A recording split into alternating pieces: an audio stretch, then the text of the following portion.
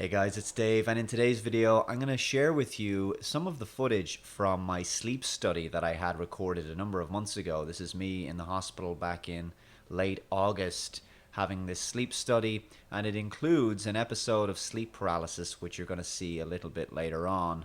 So we caught the sleep paralysis on camera, which I was delighted about. Now, the video footage isn't great quality. It's basic, low resolution 4:3 CCTV style, but you do get the general idea.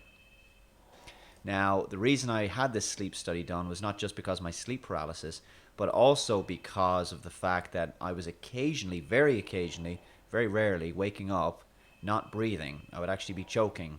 Now, it may be something to do with sinus problem, it may be something to do with allergies or some other problem. The technician who I spoke to when he watched this video told me, and it's a full 8-hour video, he told me that basically I wasn't a very severe case because there's a lot of sensors on me. There's stuff on my hands, on my chest, in my nose.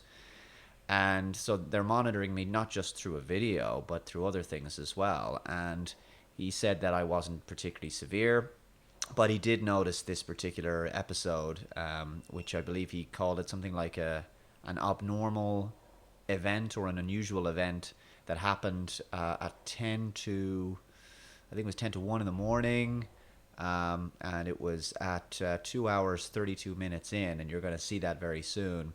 So my theory is, I haven't spoken to the consultant about my case just yet, but my theory is that maybe the basically the choking that I was getting, the sleep apnea, might be related to the sleep paralysis, whereby my throat is basically seizing up. Now, for those people who don't know anything about sleep paralysis, it basically occurs when everybody gets paralyzed more or less in their sleep, so they don't act out their dreams. But some people wake up and they're still paralyzed, and this usually happens when I'm lying on my back. And I lay on my back that night deliberately to try and bring it on and to demonstrate it.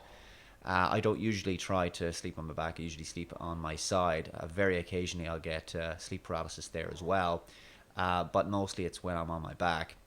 And so you can move to a certain degree. You can kind of twitch, move your head a little bit, but you can't speak. You can open your eyes, you can look, you can blink your eyes, you can move your fingers slightly, move your toes, kind of wiggle your legs maybe a little bit, and your head moves back and forth, but you can't speak. And even though it's only for a few seconds, it's very disturbing because it feels like it's going on for minutes, and you kind of worry that it's never going to pass, and you try and fight it, and your limbs, everything feels really heavy. It's like there's somebody sitting on you. And some people hallucinate when this has happened. And so basically they are awake, but they're still dreaming. And some doctors have said that sleep paralysis while dreaming might actually explain things like alien abductions. Now, I have to say that I never dream and have sleep paralysis at the same time. I'm always very lucid. I just simply can't move.